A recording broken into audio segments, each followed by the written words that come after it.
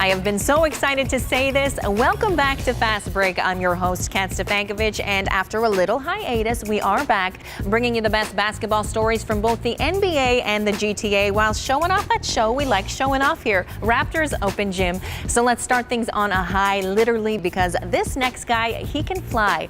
Justin Darlington has an unreal talent when it comes to dunking. He has traveled the world showing off to people like LeBron James and Shaquille O'Neal. But like anything, it has to start somewhere. So we got the scoop here on Fast Break. 10, 9, 8, 7, 6, 5, 4, 3, 2,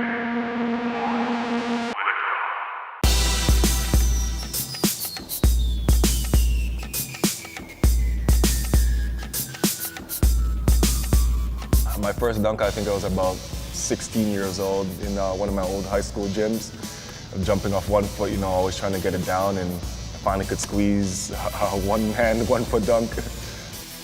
It's real hard to say what inspires me per se dunking-wise, because my ideas could come from anything from me watching a show to me watching somebody do something else and then me tweaking a little bit, or me just completely finding something out of the blue, out of my head. But it's hard really to say what inspires me to think of new dunks. They just kind of come and go as you live, really. Yo, check this out.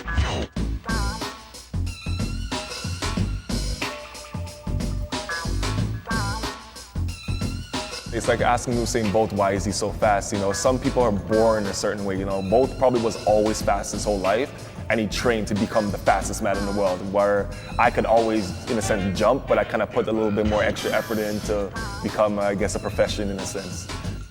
In my generation, this type of profession didn't exist. Me and maybe like 20 other guys created this market, basically, so I couldn't really say that this was something I thought about in the future to be a profession, versus it kind of just like fell in my lap and became a profession. That hang time feeling, it changes a lot. It depends on what you're doing, what's going around you when you're getting that feeling that can alter it. Like to get that floating sensation when maybe, like, say, a defender's trying to block you might feel different versus like you floating in a dunk contest or floating in like a session or something. But it almost feels borderline like everything's slowed down, and it feels like you're thinking 1,000 things before that ball goes in the net. Like if you should do it by one hand, two hands, should I windmill it, hope it goes in, am I gonna miss? Certain things like this will pass by, so sometimes I feel like time almost slows down when I'm in that situation. Dunking's taken me basically all around the world. I've been to China, Romania, Latvia, Spain. I've been to almost every part of America.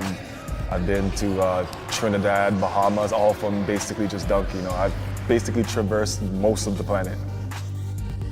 I'm hoping to, touch a little bit of different markets. Like I want to start my own ball league. I want to dip into the clothing area, not too deep, basic stuff. I also want to do camps, events. Like there's a lot of things I want to do that I've seen personally from traveling that I feel that with the connections I've built, the profession that I'm in right now, I feel like I could dip into those markets as well.